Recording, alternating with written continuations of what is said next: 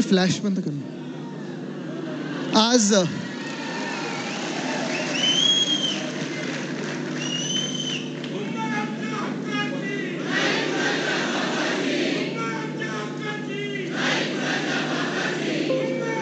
हा उत्साह पाहिल्यानंतर मला वाटत नाही प्रेझेंटेशन किंवा काही सांगण्याची गरज आहे.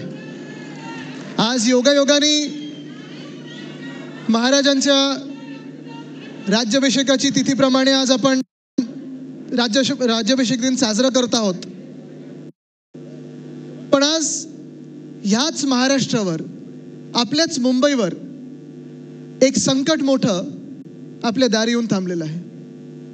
निर्णय तुम्ही घ्यायचा आहे की त्या संकटाला तुम्ही घरात येऊ देणार आहात की उंबरठ्यावरनच परत पळवणार आहात. हा निर्णय तुमच्या हातात आहे आणि हा निर्णय तुमचा तुम्ही मुंबईकर म्हणून घ्यायचा आहे. तुम्ही कुठच्याही पक्षाचे असाल, कोणालाही मतदान करत असाल, कुठच्याही जातीचे असाल, धर्माचे असाल, कुठच्याही भाषा बोलत असाल, पण आज वर्षानुवर्ष जो प्रयत्न होत आहे मुंबईला महाराष्ट्रापासून तोडण्याचा, तो काही यशस्वी होत नाही. आधीच्या निवडणुका आपण पाहिल्या, मग अनेक निवडणुका आता पाहतच आलोय. पण 2017ची असेल, 2019 मध्ये आपली निवडणूक पाहिल्यानंतर पुन्हा एकदा 2024चं जो वर्ष होतं ते फार महत्वाचं होतं. त्याच्यात आपण लोकसभा चांगल्या आकडे आपल्याला मिळाले. महाविकास आघाडीला असेल, महायुतीचा प्रयत्न होता, पण तरी देखील शिवसेना उद्धव बाळासाहेब ठाकरे पक्षाला चांगलं यश मिळालं. त्याचसोबत नंतर 2 आमदारकीच्या निवडणुका आल्या, MLCच्या बॅलेट पेपरवर झाल्या, त्या देखील आपण जिंकलो. सेनेटची निवडणूक जिंकलो आणि त्यानंतर आपण पाहिलं असेल काल परवाकडेच राहुल गांधींनी जो लेख लिहिलेला आहे, निवडणूक आयोगाने जे सेटिंग केलं, फिक्सिंग केलं, ते सगळी मॅच फिक्सिंग करून देखील मुंबईने आपल्याला 10 आमदार आपले निवडून दिले. याचा अर्थ हाच होतो की वर्षानुवर्ष ज्यांना मुंबईला महाराष्ट्रापासून तोडायचं होतं, गिळायचं होतं, कदाचित गुजरातला जोडायचं होतं किंवा वेगळं ठेवायचं होतं, हे प्रयत्न मुंबईला जिंकू शकत नाही तर काय करायचं? मग एका उद्योगपतीच्या घशात घालायची मुंबई आणि अशी बनवून ठेवायची मुंबई, प्रायव्हेट लँड काहीतरी करून, की मग तुम्ही मग भले खासदार व्हा, आमदार व्हा, नगरसेवक व्हा, महापौर व्हा, मंत्री व्हा, मुख्यमंत्री व्हा, तुमचा आवाज, मुंबईकरांचा आवाज मुंबईत ऐकू जाणारच नाही, मुंबईत कोणी ऐकू शकणारच नाही, असं दाबून टाकायचा. आणि हे संकट आज जे मी मागे लिहिलेलं ना, लढा आपल्या मुंबईचा, ह्या लढ्यात तुम्ही सहभागी होणार की नाही होणार हे तुम्हाला आज ठरवायचं. तुम्हाला ठीक आहे, आपण शिवसेना उद्धव बाळासाहेब ठाकरे पक्ष म्हणून आंदोलन करायची, हाक मारायची वेळ येतच नाही, कारण आपली आंदोलन ही ज्वलंत असतात. आंदोलन आपण करत आलेलो आहे.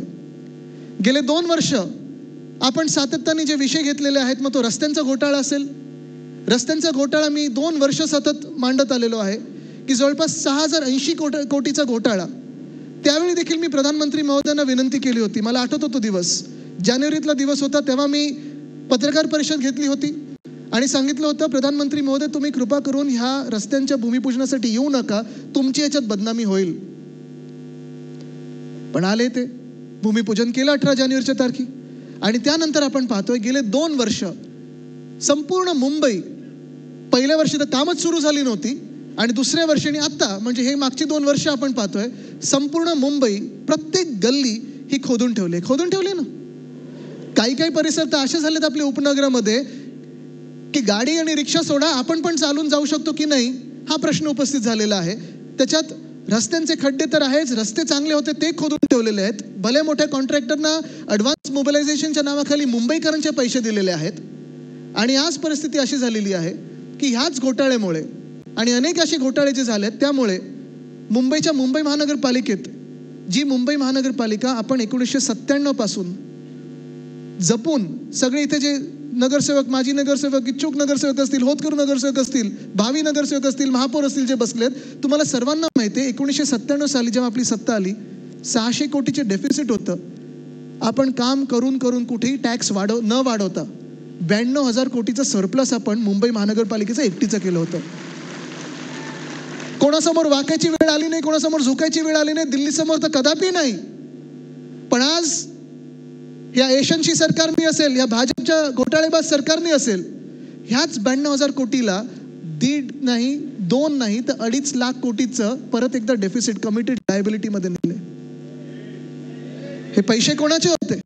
तुमचे, आमच्या सर्वांचे, मुंबईकरांचे होते. पण वापरले कोणासाठी? त्यांच्या लाडक्या कॉन्ट्रॅक्टर्ससाठी वापरले. आज आपण पाहतोय ह्याच घोटाळ्यांमुळे, रस्त्याचा घोटाळा असेल, ही सगळी जी घोटाळेबाज कामं हे करून ठेवलेली आहेत, मिंदेंनी करून ठेवलेली आहेत, त्याच भ्रष्टनाथ मिंदेंमुळे.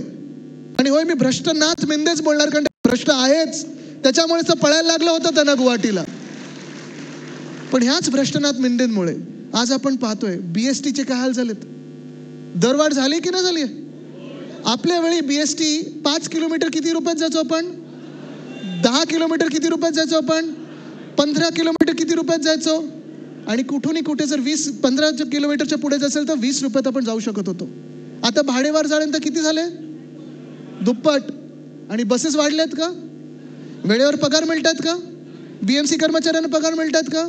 नाही मिळत आहेत. मग ह्या हाल मुंबईचे कोणी करून ठेवलेत? सगळं काहीच जे चांगलं चाललं होतं ते लुटायचं. आणि हे लुटायचं म्हणजे नुसतं मुंबईची तिजोरी खाली करायची नाही ना. मुंबई आपली, जी आपल्या मराठी माणसांची, तुमची, आमची सर्वांची मुंबई आहे, ही देखील त्यांना आपल्या हातातून खेचून घ्यायची.